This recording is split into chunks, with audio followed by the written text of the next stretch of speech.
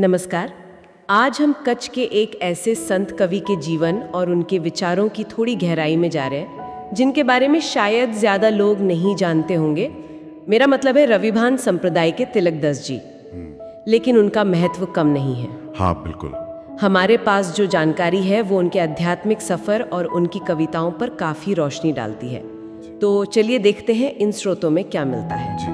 अच्छा, तो इनका जन्म का नाम था तेजा भाई और वो विक्रम संवत 1915 यानी कि साल 1859 में कच्छ के विरानी गांव में एक हरिजन परिवार में जन्मे थे।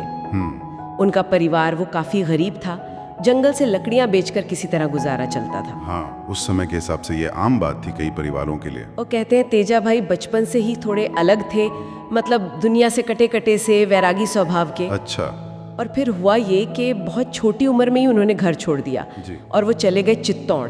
वहाँ संत बालकदास जी से उन्होंने दीक्षा ली जी। और तभी उनका नाम तेजा भाई से तिलकदास पड़ा। यहीं से उनके आध्यात्मिक जीवन की कह सकते हैं असल शुरुआत हुई। बिल्कुल। और उनके जीवन में जैसे आपने कहा शुरुआत हुई, तो आगे चलकर दो बहुत अहम पड़ाव आए। हाँ। पहला, जब वे भारा पर गांव पहुंचे, वहां उनकी मुलाकात हुई लाडूबाई से। वो एक चारण समुदाय की बहुत ही पहुंची हुई, मतलब मानी हुई भक्त थी। और चारण समुदाय तो अपनी भक्ति और काव्य परंपरा के लिए जाना ही जाता है। हाँ, सुना है। तो तिलकदास जी और लाडूबाई के बीच अध्यात्म पर, ज्ञान पर बहुत गहरी चर्चाएं होती थीं और इन चर्चाओं ने तिलकदास जी के रास्ते को और साफ किया। अच्छा। और दूसरा अहम पड़ाव कौन सा था? दूसरा पड़ाव भी लाडूबाई के जरिए ही आया। उन्हीं के माध्यम से उनकी मुलाकात हुई कबीरपंथी महंत मानदास जी से। कबीरपंथी? हाँ, कबीर पंथ मतलब संत कबीर के सिद्धांतों पर चलने वाला पंथ, जो अक्सर निर्गुण भक्ति पर जोर देता है, यानी ईश्वर के निराकार रूप की उपासना। समझ गई। तो तिलकदास जी ने मानदास जी से कबीर पंथ के गूढ़ रहस्य समझे और उनसे दोबारा दीक्षा ली। इसे पुनर्दीक्षा कहते हैं। दोबारा दीक्षा? जी। और इसके बाद तो उन्होंने 12 साल की बहुत ही कठिन तपस्या की। 12 साल? हाँ, और प्रण भी ऐसा लिया कि सिर जमीन को नहीं छुएगा। इस तरह की तपस्या अक्सर बहुत गहरे आध्यात्मिक संकल्प के लिए की जाती है। ये तो सच में असाधारण संकल्प है। हाँ बिल्कुल। और तपस्या पूरी होने के बाद उन्होंने चारों धाम की यात्रा की। फिर भारा पर में एक बड़ा संत सम्मेलन जैसा आयोजित किया, जिसे वहां मोटो मंडप कहा गया। अच्छा, मोटो मंडप। जी।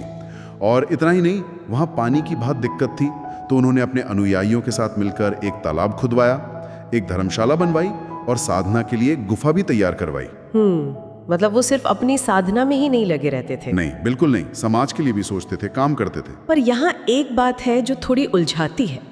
उनके जीवन के अंत के बारे में, मतलब समाधि लेने को लेकर, दो अलग अलग कहानियां सुनने को मिलती हैं। हाँ, ये अक्सर होता है लोक स्मृतियों में। ये दिलचस्प भी है कि कैसे एक ही घटना को लोग अलग अलग तरह से याद रखते हैं या बयान करते हैं। पहली कहानी क्या कहती है? एक वृतांत तो ये कहता है कि लाडूबाई का देहांत विक्रम संवत 1976 में हो गया था। अच्छा। और उसके कई साल बाद तिलकदास जी ने विक्रम संवत 1988 यानी ईस्वी सन 1932 में लगभग 73 साल की उम्र में सबको पहले से बताकर अपना शरीर त्यागा। ठीक है, ये तो एक सीधी साधी बात लगती है। हाँ। और दूसरी कहानी? वो तो काफी अलग है ना। हाँ। दूसरी कहानी थोड़ी नाटकीय है, कह सकते हैं। उसके मुताबिक लाडूबाई के परिवार वाले तिलकदास जी के वहां रहने से ज्यादा खुश नहीं थे। ऐसा क्यों? शायद सामाजिक दबाव या कुछ और वजह रही होगी। तो कहानी ये है कि एक बार लाडूबाई के बेटे ने गुस्से में आकर तिलकदास जी पर हमला करने की कोशिश की और इस पर लाडूबाई इतनी आहत हुई कि उनके मुंह से श्राप निकल गया और कहते हैं कि वो बेटा मानसिक संतुलन खो बैठा। ओहो, ये तो दुखद है। हाँ, बहुत। और कहते हैं कि इस घटना से लाडूबाई और तिलकदास जी दोनों इतने दुखी हुए कि दोनों ने विक्रम संवत 1988 में ही एक साथ जीवंत समाधि ले ली। एक साथ जीवंत समाधि? हाँ, यानी सचेत अवस्था में ही शरीर त्याग दिया। ये वृत्तांत गुरु शिष्य के गहरे संबंध और शायद त्याग के एक अलग ही आदर्श को दिखाता है। पर देखिए, हम यहाँ सिर्फ वही बता रहे हैं जो स्रोतों में मिलता है। हाँ, ये समझना जरूरी है, ये लोक स्मृतियां हैं। बिल्कुल, कौन सा विवरण सटीक है ये कहना मुश्किल है। लेकिन तिलकदास जी की कहानी सिर्फ इन घटनाओं या कहें कि विवादों तक ही सीमित नहीं है। उनकी असली पहचान तो उनकी कविताओं में भी है ना? बिल्कुल सही कहा आपने। वे एक बहुत अच्छे कवि भी थे। उन्होंने गुजराती और कच्ची दोनों भाषाओं में करीब 135 पद लिखे हैं। 135 पद? जी। और उनकी दो मुख्य रचनाएं हैं प्रेम विलास और ज्ञान गोष्ठी विलास। ज्ञान गोष्ठी विलास, ये नाम तो बड़ा रोचक लग रहा है। हाँ, और ये है भी रोचक। ये असल में लाडूबाई के पूछे गए सवाल और तिलकदास जी के दिए गए जवाबों पर आधारित काव्य है। एक तरह का आध्यात्मिक संवाद गुरु और शिष्या के बीच। वाह, ये तो बहुत अनोखा तरीका है ज्ञान देने का। जी। और उनका वो भजन तो आज भी बहुत लोग गाते हैं, मुझे याद आ रहा है, हीरो खोमा तू हाथी रे। हाँ, हीरो खोमा तू हाथी रे, आवो अवसर पाछू नहीं मरे रे जी। ये उनकी शायद सबसे प्रसिद्ध रचनाओं में से एक है। इसका मतलब क्या है? सुनने में बड़ा गहरा लगता है। इसमें वो कह रहे हैं कि ये जो मानव जीवन मिला है, ये हाथ में आए हीरे जैसा है, इसे गवा मत देना। ऐसा मौका बार बार नहीं मिलता। जीवन की कीमत पहचानने की बात। बिल्कुल।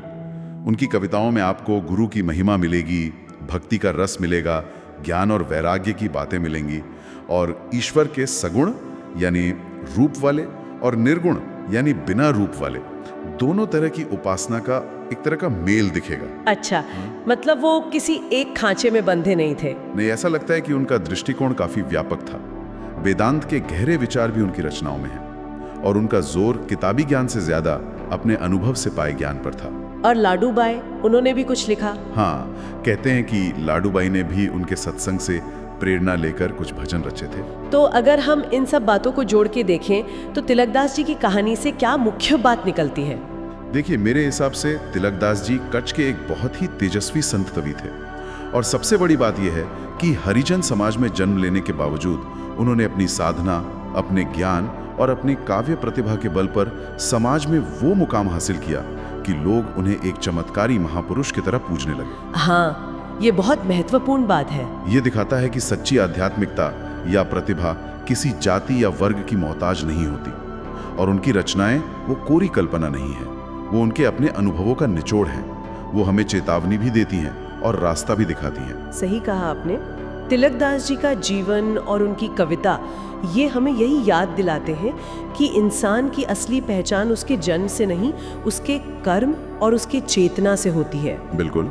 और उनका ये संदेश कि ये जीवन हीरे जैसा अनमोल है, इसे व्यर्थ ना जाने दें, ये तो आज भी हम सब के लिए उतना ही जरूरी है, शायद पहले से भी ज्यादा। हाँ, आज की भागदौड़ में तो और भी ज्यादा। और इसी सोच के साथ आज के लिए एक सवाल छोड़ जाते हैं सबके मन में सोचने के लिए। तिलकदास जी ने इस जीवन को हीरा कहा, एक अनमोल अवसर।